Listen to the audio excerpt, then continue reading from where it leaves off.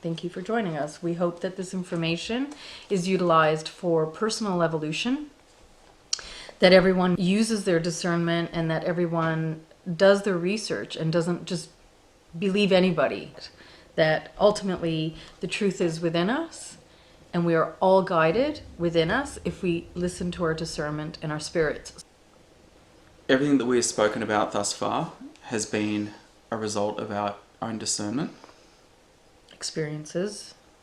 and what we have seek to validate further. So nothing that we have actually espoused thus far is just because we've had just one experience, and then we have very, very carefully applied our discernment, and we have seek to verify and validate many aspects of the information that we're bringing to you, and we've done that via a variety of means.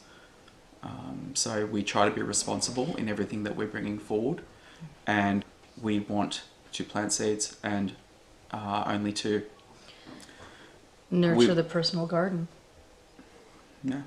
within oneself for personal emancipation, liberation, sovereignty, to step into your own authority. We want you to also understand that we have studied a lot of religions. We have not just, we haven't thrown the baby out with the bathwater. We, in studying all of what we could study, including the hidden mystery of how they operate this entire reality, we've discovered through being objective and not subjective how these black and white squares operate here in the great checkmate reality system that we're in. So it isn't about not realizing certain aspects of religions or any of this. We have delved deeply into all of this, basically because we have experienced differently things that corroborate one another. Yes. So, and that's actually how we met. Was actually through both our paths of truth seeking, and came across the information that you're presenting. A lot of it corroborated with my own experiences, and that was very much our common ground. Again, we are still continuing the journey onto our own personal state of liberation and evolution, still, because our cup is not full, and we're not claiming that in what we're saying, but however we are sharing what has been bestowed onto us, and we're hoping that sparks others who have the truth within them, but yet they have so many layers of programming and suppression and programming attachments upon them. And this is what we're trying to activate people and to peel away those layers, because people do have a way of recognizing the truth when they hear it, but yet they might not have otherwise come across such information on their own. So this is what it's about, and then we want you to go and seek further onto what may spark you through listening to any one of our presentations. So that's where it's at. I just want to explain something about the word truth. Truth is a funny word. It is a funny word because it's been misused, just like love's been misused, oftentimes inverted. What I want to portray is that while everything exists, at the very same time, nothing exists. So truth in the manner in which we're speaking has to do with the non-duality polarity game. It is residing outside of all of those push and pull systems that essentially make people into puppets. So when we refer to the word truth, we're referring to something that is outside the game completely in origin of your source being. So it isn't applicable to the matrix systems or the containment fields here.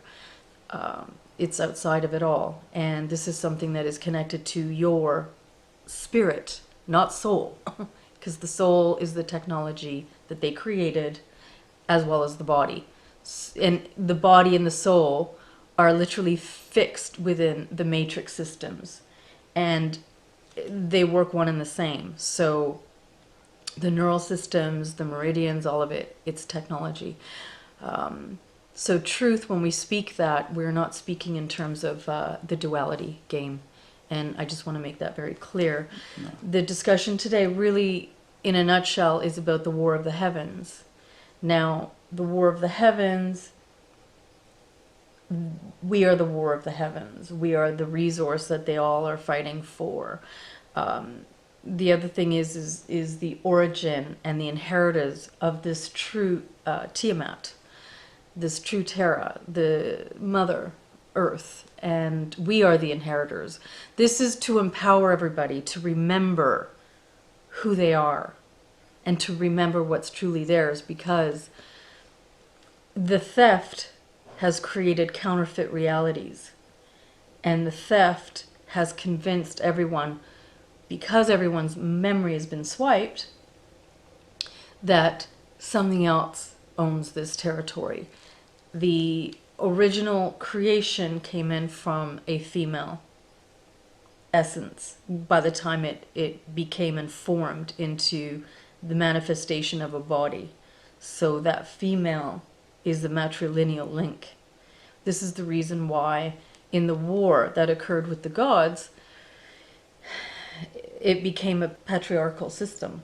And the patriarchal system was to hide the fact that the inheritors are genetically linked to the matrilineal line, the mitochondrial. So with the original, quote, mother, the mother that I speak of is not an earth mother. She is fused with the earth mother, but she is essentially the original creator-ess. Although the true essence of creator, in terms of the source being, the all-spark, does not have a sex, cannot have a name, cannot be defined. It is the ineffable. There is no way any perception in any world could conceive of describing what that is. So all I can say to that is that it is the ineffable, that we are the sparks that literally came off of the all-spark. So the war of the heavens is really the gods, the archons, the reptilians, the beings, the Pleiadians, all of those that are involved in the godship that created a containment field here for certain souls that are from pure essence, the ineffable. This war that took place essentially was to hide all of the true history of our origins, the true history of prior to the pleroma, I guess we could say. And this war of the heavens is our spirits. It's the unlimited, immortal, unstoppable, all-source being that they are after, and that is really what the heaven is. Although the gods are known as being from the heavens, so from heaven they came to earth. This is what this is all about. This is what's been going on. It's all the war of the heavens and the war of the gods. Yeah, this war is thousands and thousands of years old, and essentially right now on this platform we are seen as the prize, the ultimate prize. We are the resource. We are what they are seeking to retain here in bondage as that prize, because our essence is what they seek, and that is what powers them, because they are separated from the primordial creation, and they did that via their own rebellion. And here we are now, okay, within their level of jurisdiction.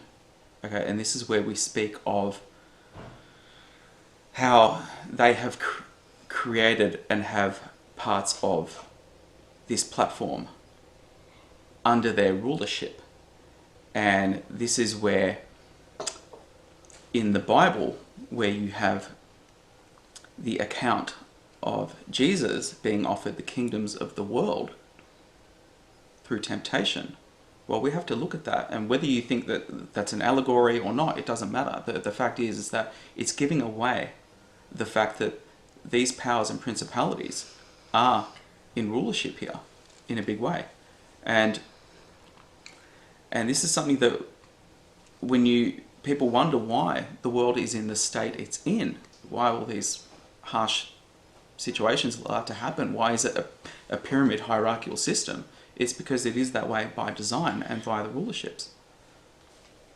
So although we know that the real emissary was hijacked, they took the hijacking of that emissary, of that bridge, and they created what is known throughout the world as Jesus Christ. And in the Bible, when you were talking about the temptation, when he was in the desert and Lucifer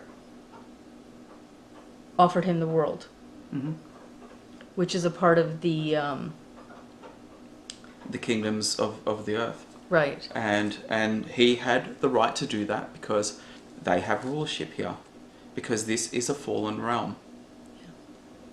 And this is what this war is all about. It is all about the war between the fallen, and it is a war over spirits, utilizing the soul. And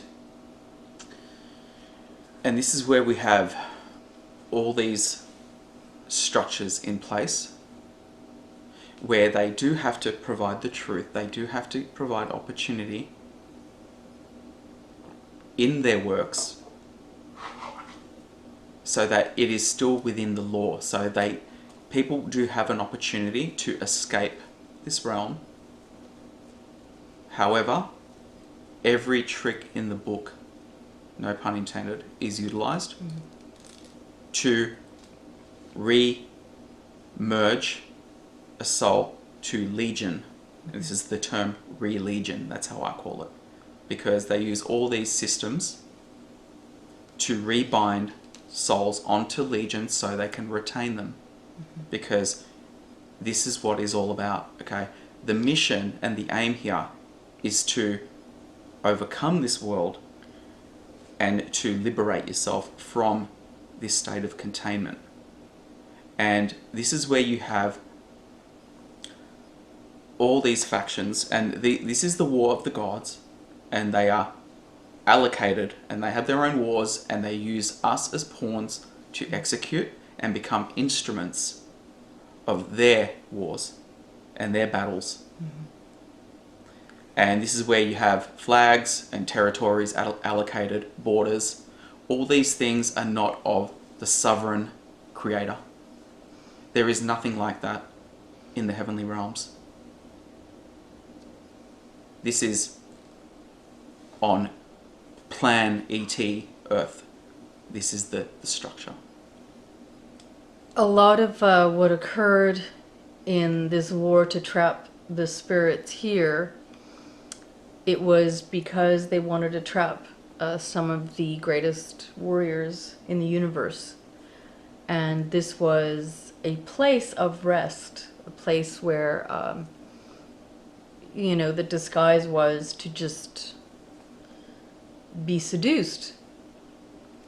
And once here, they were trapped. And what do you do when you want to trap something that is a great threat to you, and it's loose in the universe, and it's hunting you down, and it's, creating a problem for you so that you have a hard time with your plans to take over other planets or whatnot?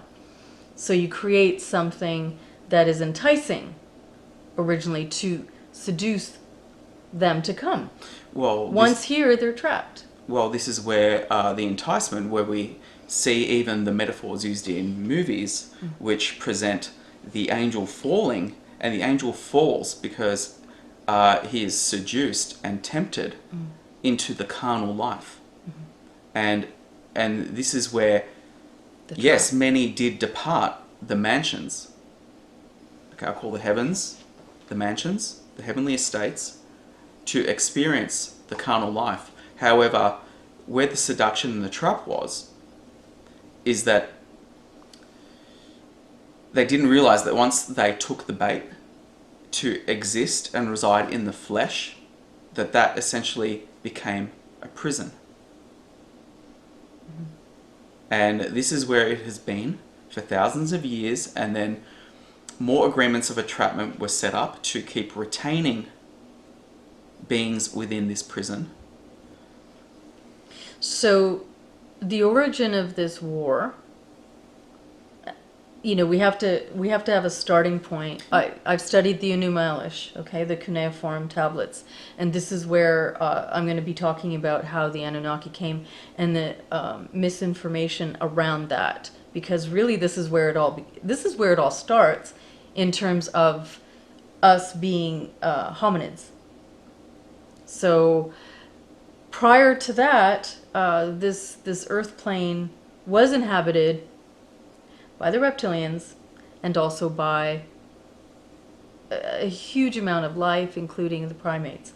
So I will be talking more about that. Yeah. Well, as I see it, and you're all free to discern this planet was designed to be a quarantined containment system. Yes, absolutely.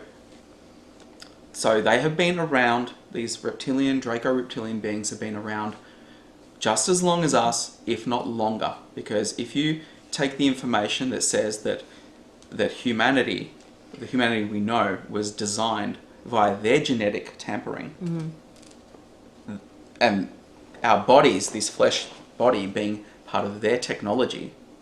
And that doesn't mean there are gods, by the way. That just means that they created, because creators create creators, so they are creators too. They can create life forms, but that doesn't mean that they are the creator of your spirit, because they are not. And this is where people have to be very careful not to be potentially seduced into such thinking, because potentially in the future there could be claims such as that made, and it really doesn't matter if they can create life forms out of genetic bodies, because it's all about our essence here. It is all about the battle for our spirit.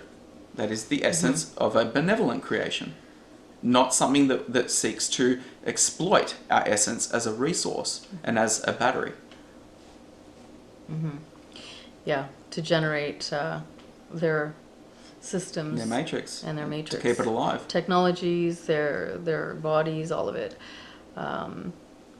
The Anunnaki themselves, they believed that there was and is a great creator, that they did speak of it, and that this was the breath of life into clay.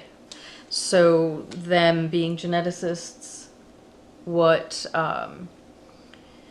the information or the misinformation is that there's the belief that all of this began in Mesopotamia, in the cradle of civilization is what they call it.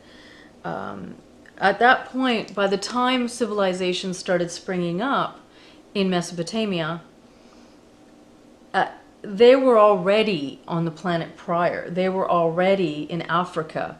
They were mining for for thousands of years until finally they moved into the Mesopotamian valley or area to create these civilizations that started sprouting up at the same time throughout the entire planet.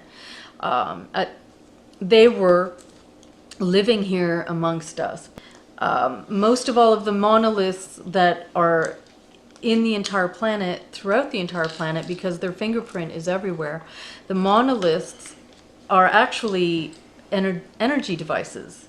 So they're energy procuring devices, because really what they were doing was they were removing resources from here. So this idea of temples, monoliths being temples of worship or funeral places, not true at all. The ziggurats and places like that were where they were actually living while humanity served them. Many of you would be familiar with the term elites, those who are at the peak of the pyramid, because when you analyze it, you can see that word is elites. So the question is, who are the elites? And if you dig deeper into that, you will see that it goes back to the pantheon of the gods whom were referred to in the Bible as the Elohim. And again, this was not a singular Godhead. This was a pantheon of gods. And these are the gods whom the bloodlines of the Elohim, or should I say the rebel Elohim, who were cast out here and quarantined here, these are the ones who rule today. So these are the ones who are in charge of this containment system, and they have been placed in that position through their birthright. And it's all to do with the blood, and the soul blood, and the life blood. Or should I say the anti-life blood. The power and principality leadership of this world. Some will call it Satan, some will call it the devil, some will call it Lucifer. Whatever name you want to give it, it's the power and principality rulership. Now, I don't say that as a disempowering statement, because we do have our power as a sovereign spirit. However, everything that operates here works against that. When we look at the structures which are set up, and everything that aims to seduce you to give up your sovereignty and to make agreements of entrapment unto these powers and principalities. So this is where you have these rebels, whom, by the way, mostly operate in secrecy. The politicians you see, those whom the presidents and the prime ministers are merely just front men on a stage, and I'm sure most of you truth seekers by now have figured that out. They're not the real rulers are the hidden hands. However, aspects of these beings will eventually be coming to surface at an appointed time, as we've discussed in the previous video. A lot of this has to do with following on from Nazi Germany's plans and the technology exchanges which they were given for the contracts that they made with these rebel Elohim. A lot of these factions are based in Antarctica, way out of sight for most people. And if you do your research, you will see that many countries have made a pact to keep that area further quarantined from people who might want to be curious and traverse past those containment lines. However, don't want to get too off track with that, because what we mainly wanted to focus on here is the fact that these fallen rebel Elohim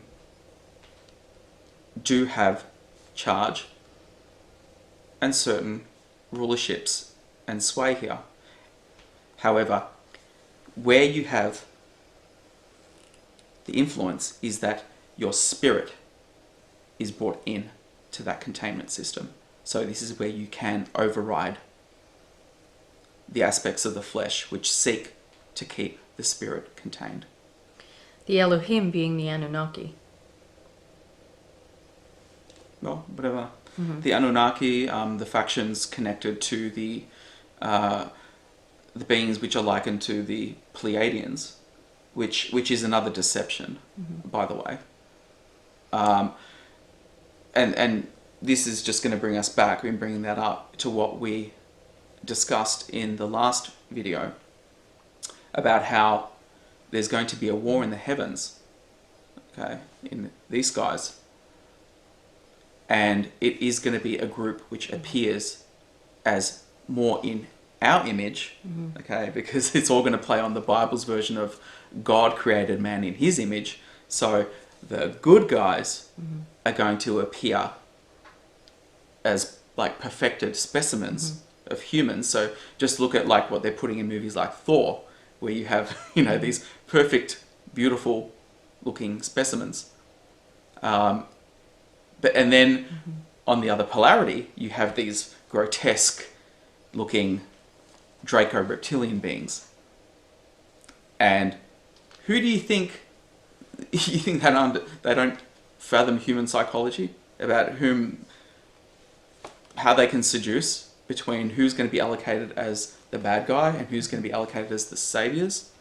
And we already have this whole setup played out through previous sponsored institutions such as the Galactic Federation of Light, which has provided images of these Elohim. And this is all part of setting the stage. These wars of the heavens have already been happening, as we know. They have been occurring. In the other dimensions. Even here. So the war that is going to come here, which is, it's already here, but they will bring it to the level where everybody's going to witness this. The principal players of this, the Pleiadians, the beautiful, the known as the Elohim, which are Anunnaki. The Anunnaki are human-looking. We can go into maybe, our own personal experiences with the things that we have witnessed ourselves. Well, our about own that. Personal encounters with these beings, whom, by the way, we did not ever seek out these beings. They sought us out. And that's very, on a legal level, on a lawful level, that's very important to mention that, because there are a lot of people who invite these beings here. And this is where you have to be very careful where names are allocated, where the media puts out names, because they want you chanting names, they want you invoking names, they want you calling these spirits in by invitation, because that is how the law works. Just how you hear in the movies how you have to invite the vampire into your home before he has the opportunity to devour you. Okay? It works in the same way. Okay? So you have to be very, very careful when you start applying names to certain entities. Okay? And this is why even the term... Here's an example of how even the spelling works and how there's traps in the language. I pray. Okay? I pray. I am prey. Okay? Do you get it? I mean, again, it's just something that it's obvious when you say it phonetically, and this is not an accident that the language was set out like that. I quoted in the last video from the book of Leviticus, and if you do wordplay on Leviticus, the anagram evil, tick, parasite, us. So evil parasites us. And that was the segment in the Bible, like I said, the black square, of these beings who demanded worship and expected worship, and for people to bow and give offerings to them and sacrifices to appease them. And when these entities brought Jesus to the attempted seduction, what did they ask for in exchange? They asked that all these kingdoms would be offered to him if he would just bow to them and worship them. So I hope that gives a clue to those, especially to those who identify themselves as Christians, who might not have even studied much of the Bible. And I just want to point out that the reason why we bring up the Bible a lot is because that is the book that we have lended most study to. And that was because we saw validation from our own experiences, and we were called into study of the Bible. And that was necessary to bring us to where we are now. Because of the checkmate system. So, I mean... Yeah, to identify those black and white squares. All of the Bibles are essentially the same, regardless. So, they're all the same program of the checkmate system. So... Well, they have all been assembled by the lordships. And again, that is a statement which is, I can fathom, would be hugely controversial. I will give my testimony in a later video that my life was threatened when I disclosed who actually did author the Bible. Anyway, that's not the focus of this discussion today, but I just want to put that out there for those whom may want to attack. Well, and I just want to say that this threat was not just an average everyday threat. This was a sophisticated hacking of my account And these people knew exactly who I was talking to at that point in time. And they leveled this threat at me because I didn't just expose that, I actually exposed the bigger picture. And we have revealed that so far in parts of previous video, but it revealed a lot of the game, and it was deemed a threat enough to put a threat on my life and livelihood. So none of this of what we're introducing here, we are introducing lightly, and we have sought further validation and research and corroborated with others who have experienced similar encounters and come to similar conclusions. And all this is we try to deliver this information with a sensitivity, because we do understand that these are deeply ingrained programs, and we also can fathom that most would be hugely threatened by what is really operating upon all these systems of mind entrainment and enslavement. Well, the goal is ultimate enslavement, to be kept in bondage to these legions. Both the Anunnaki and the reptilians are great geneticists. When the hijacking has taken place, this is the reason why certain real personas or real emissaries were taken over and made into something that they're not, in order to control quadrants of the planet. Therefore, this is the reason why you have the Roman Jesus, who is a part of that hijacking that took place. And yeah, that's really what it's all about. It is to keep you bound, your spirit bound and contained, and basically to be harvested. And these elements are being given away in the media right now because we're heading towards the precipice, more so. And as we head towards that precipice, more and more is being unveiled and given away by them, by the mystery keepers, the people who have known the true reality, because it's their game, it's their matrix, it's their system, it's their architecture, it's their infrastructure. So, got to be careful here, because a lot of people are looking at it too one-sided, and they think that the awakening is just because they've just woken up one day and suddenly had epiphanies. A lot of what is part of the unveiling is what these mystery keepers are actually releasing.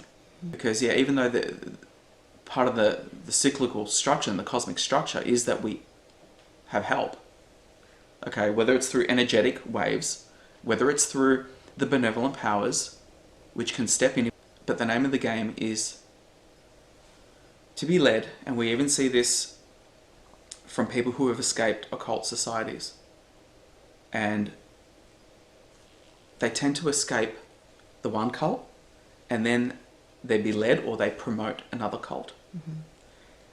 And the adversaries don't care which door you go in, as long as it's one of their doors. Salvation programming. As long as it's one of their systems. Well, when you say salvation programming, I'm glad you bring that up, because it brings me into what we spoke about with the Great Deception, and how we spoke that these adversaries are mimickers of the benevolent powers. And this is where in a previous video I brought up that the true benevolent powers do not require any crafts, any technology to salvage. They just don't. So there is going to be a false rapture using crafts for the harvest. And there is going to be a legitimate rapture. A legitimate salvaging of those whom have done the work, whom have placed themselves in a form of a state where the benevolent powers can work with them, because they are in a frequency alignment where they can be gathered. Last video I gave an account of what I was shown in regards to the early stages of the Great Deception. I want to provide another account now.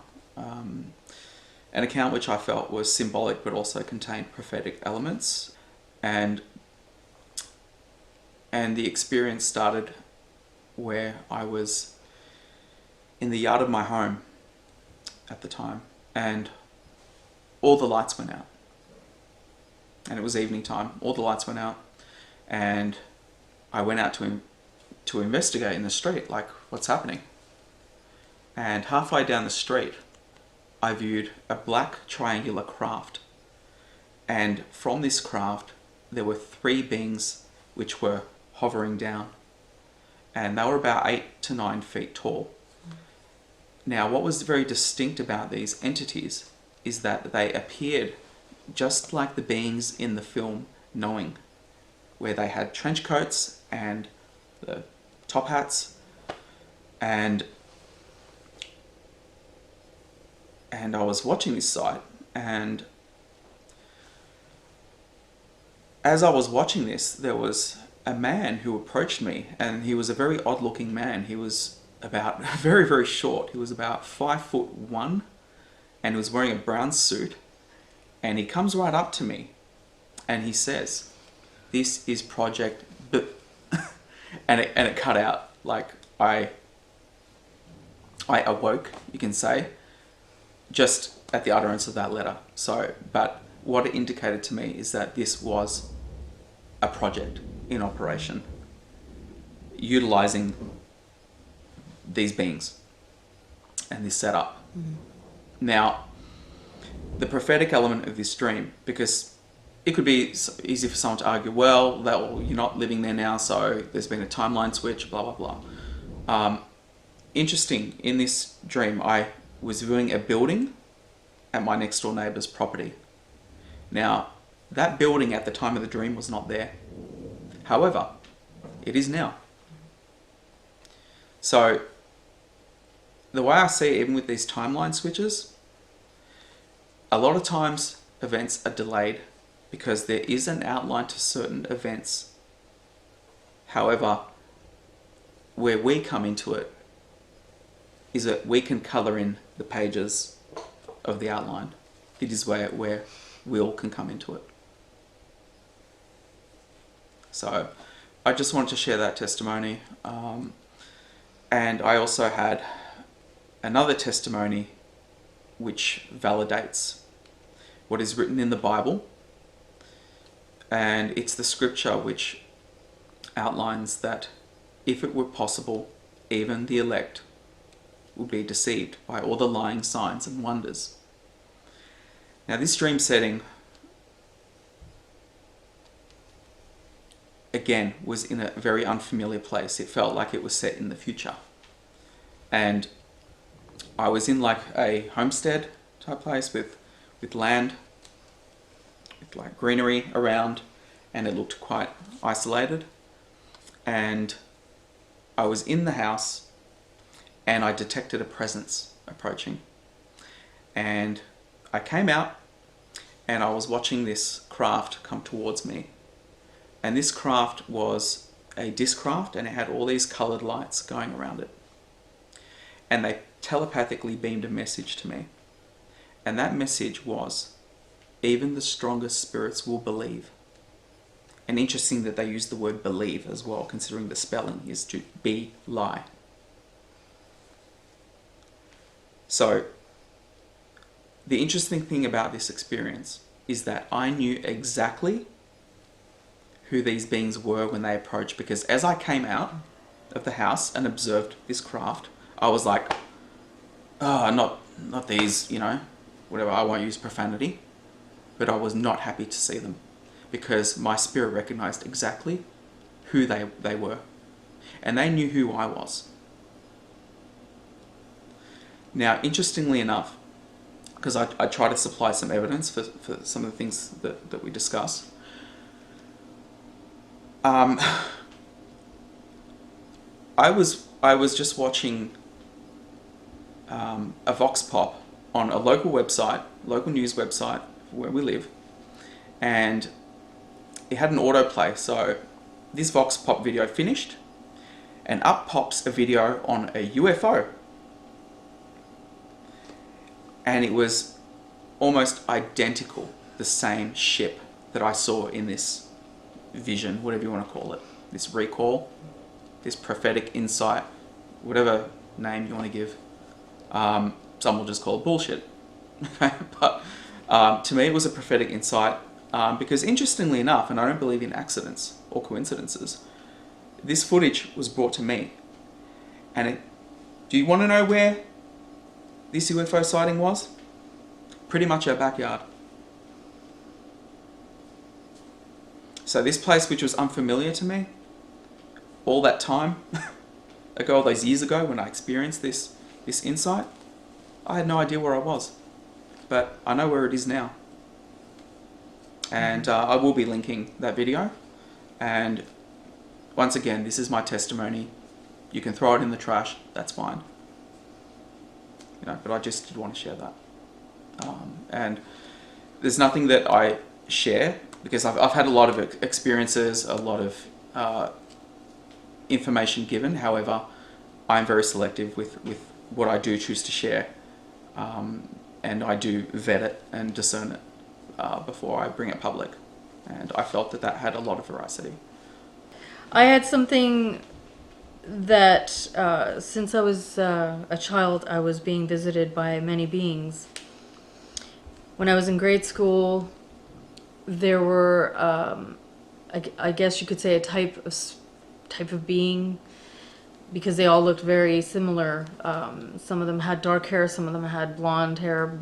Their eyes were stunning, very blue with like a purple iris. They would come and they would wait at the field outside of my school, where when I was in grade school, and I was really young. It was about 1.5 miles for me to walk home from school when I was in grade school. So they would wait for me in the field, and typically speaking, they would wait for me every day. And they had their ships there, which were they were cloaked. They were invisible, so you could see through them, but you could see that it was a shape. When you would get close to it, you know, you could actually see that it was a ship. Anyway, they would come almost every day, and I got to the point where I was just accustomed to going into the ship, and the ship itself doesn't have, there's no seats, there's no poles, there's nothing. It literally, it's the weirdest thing, because you're stepping into, it's like a sphere, but not like a round sphere. It's more like an oblong, a little bit of an oblong sphere. You would think that there would be a lot of turbulence when you're flying, which my mind couldn't grasp, because I was freaking out. I was like, well, there's no chair for me to sit on, there's no pole for me to grasp. Oftentimes I would hyperventilate, so they got accustomed to giving me a liquid, which was clear. It was a little heavier than water. It had a beautiful, almost like the only way I can describe it is like a slight floral scent, heavier than water, but not like a gel. And as soon as I would drink this, which it ended up being my favorite drink actually, it would calm me down. And of course then they would, you know, fly me all over the place, and they would show me things, and they would tell me about, you know, what they were doing in the world, why they were interested in communicating with me. I was a kid at that point, so I couldn't understand why these beings were coming to me all the time. When they first started coming to me, I was mesmerized by them because they were so beautiful. They were almost like the perfected version of humanity, only there was something deeper in their beauty. They had things that we don't have. They had, you know, purple irises. That's not known of here. They had a real metallic-y gold to their hair, and some of them had really dark black hair, which was and dark eyes, but large. Their eyes were always really large, and their lips were rather large, and their cheekbones were really high. They were very sculptured. quite tall, literally stunning. So this happened to me for a long time, and eventually I didn't understand why they were coming to me, and why they would be coming to a kid, and why they would be so interested in showing me so much. Because they were showing me a lot of things. They were telling me about the war. They had insignias actually in their suits that they wore. It was like their suits were very close to their body, like it kind of almost looked like skin suits with belts, and the belts had symbols on it, and they were not earth symbols that I recognized. They usually had a symbol on their right chest as well, and sometimes on their collar, on one side of the collar they would have it. Some of these would have technology on their arm as well, that they would utilize. So after many experiences with them, and I had tried to figure out what it was, what's the point. I asked them, eventually I did, and I said to them, what is it exactly that you want? Why are you coming to a child? Like, why are you coming to someone who's so young? I don't comprehend what's happening here. And they had said, which was interesting because this implied that they had knowledge of the future, and that they were possibly from the future, as we're from the future in a different way. But they had said that in the future times, there would be a reason, and it would be revealed. So what I felt like they were playing me. I felt like I was being lured into something, and this is why I wanted to ask them ultimately what the deal was, what was going on. What I discovered was that they were trying to sway me and seduce me with their stories, making me feel like I had a role in their plan. But really, it's because they really want our authority. So they don't want to admit that. They don't want to let you know that. If they can find a way to seduce you so that you end up working for them, then they're accessing your authority, which is what they want. And they're going to want to make you convinced. So they're going to do whatever. I mean, a part of this is being mesmerized by their beauty, by what it feels like benevolence. So part of the seduction is for them to try and convince us that we have a great purpose in their plan, in their design, that they want us to believe is for our good and for our evolution and safety, and sanctuary, and aid, and it's a ploy. And we're going to benefit your life with our technology and our systems, and basically all the carrots. And we'll give you gifts. Yep. So. And we are loved because they're going to have people, and people have reported on this in other UFO encounters where these beings can radiate love and infuse that sense of love in you. Just as what has been manipulated in the light trap, with people who have near-death experiences and come back reporting on how they felt the love and the bliss, and I don't want to go back because this is just all, powerfully wonderful. And they can do that. They can do that. And kudos and many thanks to those who have come out and reported and who are assisting in these endeavours to bring light to all these very, very insidious and masterful traps. In one of the types of beings that came as well, because there are many, so I just have to condense this to a few experiences, but one of the types had a crystal in their forehead. These crystals were different colors. It was unbelievable. It was so incredible. They also had a crystal embedded in this area here. So they had one here and one here, which at the time, that was one of the most beautiful things I ever saw. It looked unlike anything I could ever imagine. There was a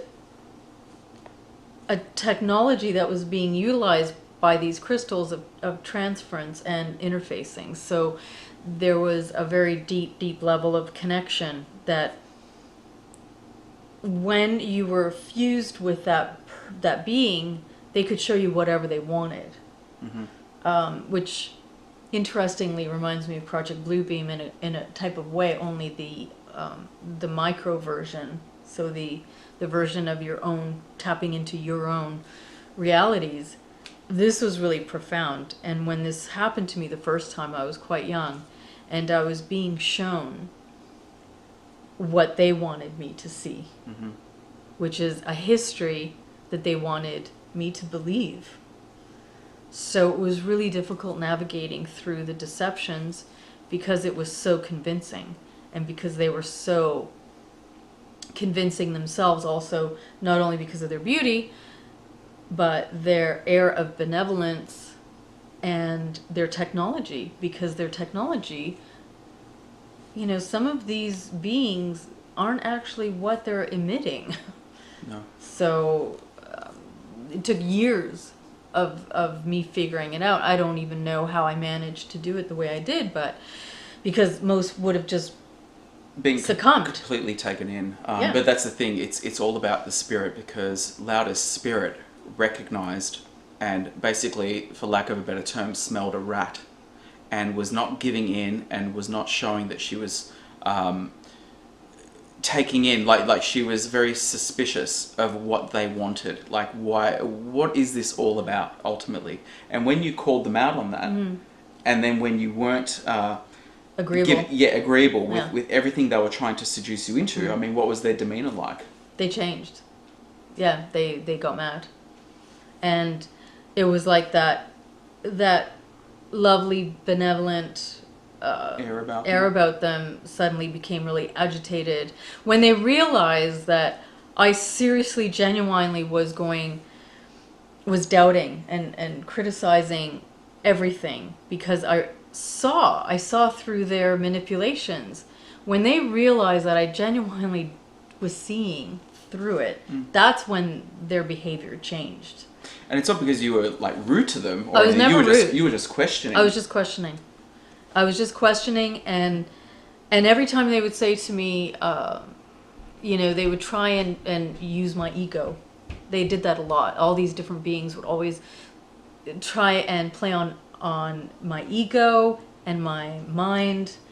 And I thought, wow, this is it's fascinating, because you're massaging my ego in order for me to feel like, yeah, I'm really like something. And that is right then and there something very wrong. So I would deny everything they would say to me. So as soon as they would say, well, no, there's a deep, great purpose for you in the future and blah, blah, blah. Then I would say, no more than anybody else. I would always refer everything back to not having anything to do with their plans or anybody else's plans, mm-hmm. but just being sovereign. But this is before I even knew really even how to term sovereignty or anything, because I was young. So, but I would always take it back to me, my power back to me, me, and not let them play on my ego. And I actually called them out on that too. Okay. And I confronted them, and I said, you appear to be trying to manipulate me using my ego, using my intellect, and feeding me what you think I want to hear. As though, I I am trapped in this body, and so my perception is only relegated to, quote, its version of reality with the ego and the mind. And I said, I am not any of these things. So it wasn't working, which they were very frustrated. So when they really realized that they couldn't do what they wanted with me, this is when their demeanor changed. They became very curt, and typically speaking, that's the last of me ever seeing. However, they would say before departing something like they wanted to instill fear in me, as though like if I wasn't in agreement with them and I didn't help them out, that I would be jeopardizing things. The plan. And this is again back to the ego and the intellect, which was another manipulation. So they wanted to try to induce fear and guilt and, and just doubt, self-doubt of who you are. As though, they're here to help us. So if we don't join them, then we are jeopardizing this whole planet. Yep. And this was a repeated pattern from my experience of what I was seeing. Although often I would just let them visit with me for an extended period of time until I could figure out what was going on. I could figure out what the stories were, because they would just keep returning and coming back to me. I have to say something a little different about those that had the crystal. They were a bit different, and I don't feel them to be malevolent. They were a different experience altogether, and they were much more respectful. The experience that I had with the beings that had the crystal in their forehead and here in between there,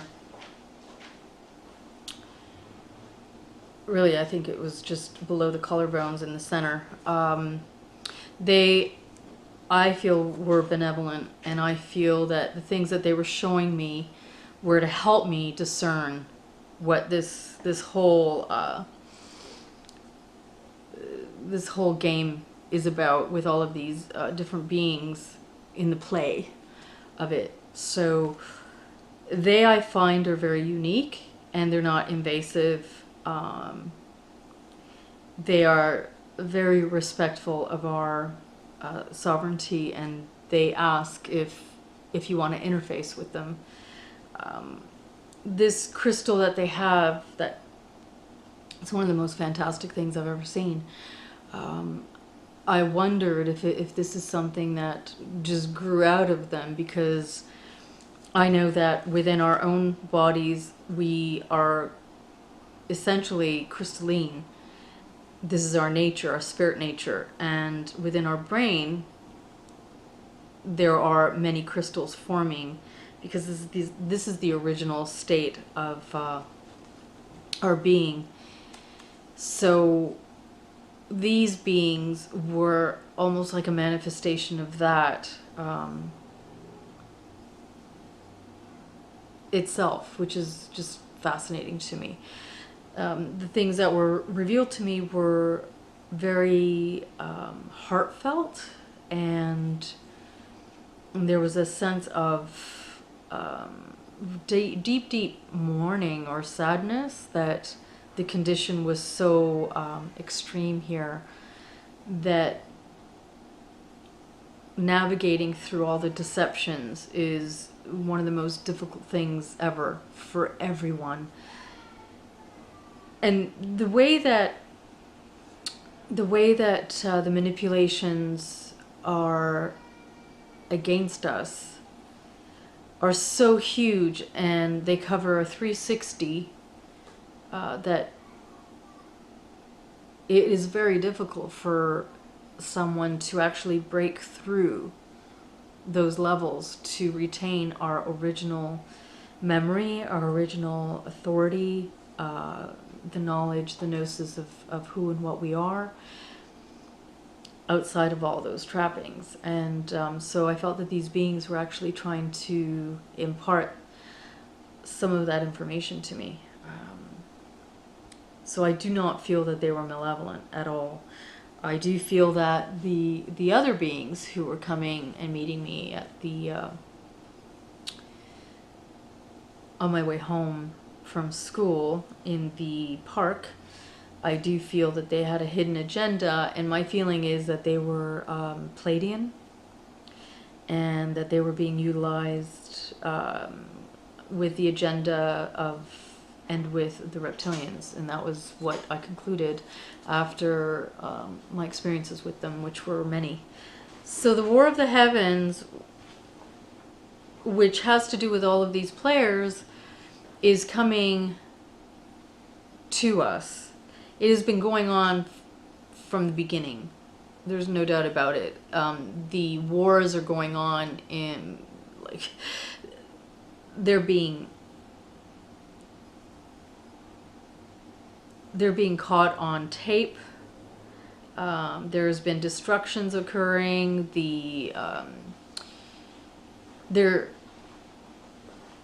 They're coming closer and closer. So we will be meeting with them. We will be having a standoff. The time of sovereignty is now. The time to reclaim our sovereignty is now. And the time to literally collapse these ancient gods and their control systems are over. And this is where we stand. I am Sovereign Key. Thank you.